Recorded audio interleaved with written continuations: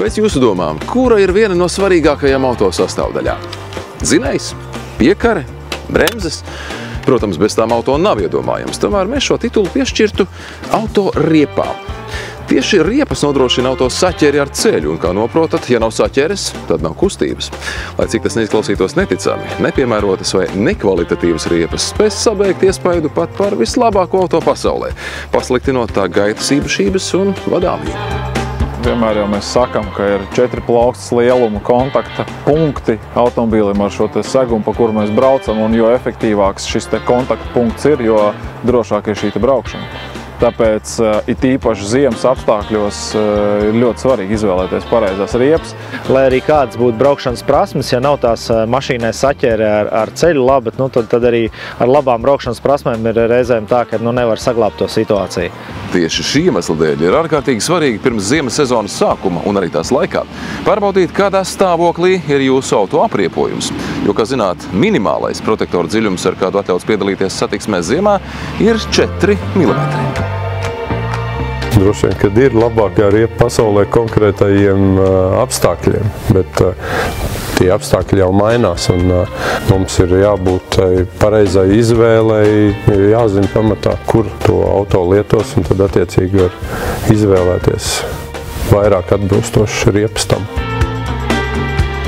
Jā, pie mums ir obligāts ziemas riepas, sākot no 1. decembra. No 24. gada rudens sezonas jau būs spēkā jaunie noteikumi, kuros nebūs atļauts braukt ar riepu, kurai ir tikai M+S apzīmējums. Noteikti būs jābūt klāt arī šim 3 pīķu kalniņam ar sniegpārslas simbolu, neatkarīgi kāda segmenta riepa tā ir. Uz riepu sānu borta ir daudz dažādi apzīmējumi, lielāko daļu pat mēs riepnieki nesaprotam, kas tas tāds ir, bet svarīgākais, kas uz tā borta ir jāatrod, ir riepas izmērs, principā nosaukums modelis, kraunasības indeks, un arī, ja tā ir runa par ziemas riepām, tad arī kalniņš ar sniegpārsliņu.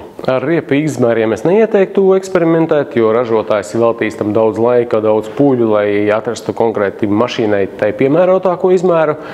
Un mūsdienu elektronika arī dažreiz šos riepu izmēru maiņas nesaprot. Pati galvenā daļa, kas no riepas darbojās, ir protektors, kurš būtībā sastāv no atsevišķiem blokiem, no rievām un no lamelēm. Ja rievas tās ir vairāk ūdens, sniega vai sniega putras aizvadīšanai, tad lameles tās jau vairāk strādā saķerei uz ledus vai ar sniegu. Viens iedalījums riepām noteikti ir prēmijum segments, vidējais segments un tā kā lētā gala riepas. Attiecīgi var pēc šī segmenta spriest arī par riepu kvalitāti. Un otrs tas būtiskākais sadalījums ir raģu riepas, Eiropas tipa riepas, vissezonas riepas un arī tā saucamās mīkstā sastāva riepas, jeb frikcijas riepas, jeb ziemeļvalstu riepas. Tātad šis ir Eiropas tipa ziemas riepa, kurai ir stihija vairāk tā kā slapjš ceļš, sniega putra un sniegs. Savukārt te pa vidu ir Nordic tipa riepas, kurām vairāk ir akcents uz sniegu un uz ledu. Un, ja mēs runājam par vislabāko veiktspēju uz ledus, tad tas viennozīmīgi ir raģota riepa, jo nekas labāk automobīli neapturēs kā radzes, jo viņas tomēr ar ledu veido vislabāko kontaktu. Ja mēs dzīvojam pilsētā, ik pa laikam izbraucam ārpus pilsētas tā tālāk, es teiktu, ka mūsu ziemām, un arī es pats lietoju šo te skandināvu tipu, jeb šo frikcijas riepu, manuprāt, ļoti tāda laba izbalansēta riepa, ja neskaita to, kā tā riepa uzvedās uz sausa vai uz slapja asfalta bez sniega vai ledus. Ja? Ir skaidrs, ka tā Eiropas tipa ziemas riepa tādos apstākļos, tādos rudenīgākos apstākļos būs daudz efektīvāk. Gan uz bremzēšanu, gan uz pātrināšanos, gan uz stūrēšanu. Interesants fakts, pateicoties klimata izmaiņām Eiropā, kur beidzamajos gados ziemas laikā aizvien biežāk nākas sastapties ar sniegputeņiem un neprognozējumiem laikapstākļiem, arī rietumiem paredzētās topražotāju ziemas riepas ir kļuvušas, ja tā var teikt, ziemīgākas. Tādējādi arī piemērotākas mūsu klimatiskajai joslai. Līdz ar to, ja esat pilsētnieks, ir vērts pievērst uzmanību arī šim segmentam. Pateicoties nedaudz stingrākam gumijas sastāvam, šāda tipa riepas būs ilgmūžīgākas, jo īpaši tas attiecas uz jaudīgākiem spēkratiem. Ja mēs izlemjam par labu raģotai riepai, tad visdrīzākais jāņem vērā 2 galvenie faktori. Pirmais ir komforta jautājums, jo raģot riepa visdrīzākais būs skaļāka nekā jebkura cita ziemas riepa. Bet otrs ir tas, ka, ja mēs gribam braukt ar automobīlu ārpus Latvijas robežām, tad ir jāsaprot, ka ir valstis, kur raģots riepas nav atļauts lietot. Viens plus raģotajām riepām, viņas vienmēr dos lielāku, garāku nobraukumu. Viņas kalpos ilgāk. Ja cilvēks nevar izvēlēties starp ražotām un bezražu, tad šo argumentu var ņemt vērā, ka ražotās riepas vienmēr mazliet ilgāk kalpo.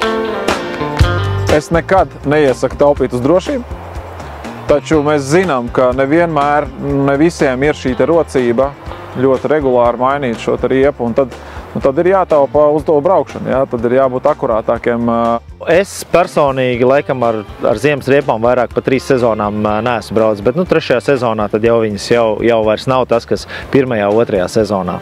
Riepa var kalpot 3, 4, 5 sezonas, varbūt nokalpos tikai vienu atkarībā no tā, cik ātri mēs braucam, cik daudz mēs braucam, cik agresīvi mēs to lietojam, kādos apstākļos mēs to lietojam un tā tālāk un tā joprojām. Ja tev mašīna maksā, pieņemsim, 15 000 eiro un tu uzliksi riepa, kas maksā 20 vai 30, un tev lielāks iespējas to, ka tu maksās par remontu, jo būs kaut kur iebraucis vai saskrējies ar kādu. Tā kā ir jāskatās pēc savu budžeta pašu labāko, ko var izvēlēties, jo tas var taupīt ne tikai dzelžus materiālus, bet arī iespējams arī kaut kādas dzīvības tas var glābt.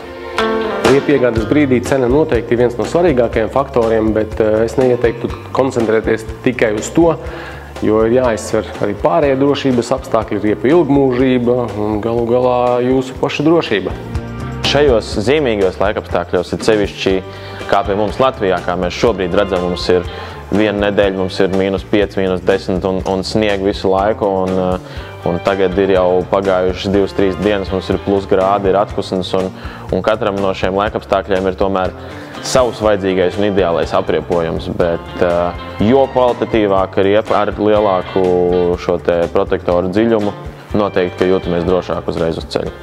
Noteikti ir jāseko līdzi riepas spiedienam. Mēs to ieteiktu darīt vismaz reizi 2 mēnešos, jo tas gan ietekmē riepas ilgmūžību, gan arī saķeri uz ceļa, gan arī to pašu degvielas patēriņu. Tā kā riepas spiedienam ir ļoti liela nozīme.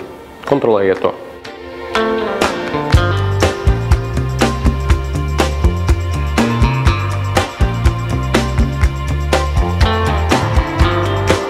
Tālūk, kad runa ir par autoriepām, sīkumu nav. Šī video izskaņā vēlamies jums atgādināt vēl kādu tēzi. Neatkarīgi no tā, cik kvalitatīvas ziemas riepas esat izvēlējies savam auto, galvenais satiksmes drošības garants esat jūs pats. Tādēļ izvēlēties laika un ceļa apstākļiem atbilstošu ātrumu un brauciet droši.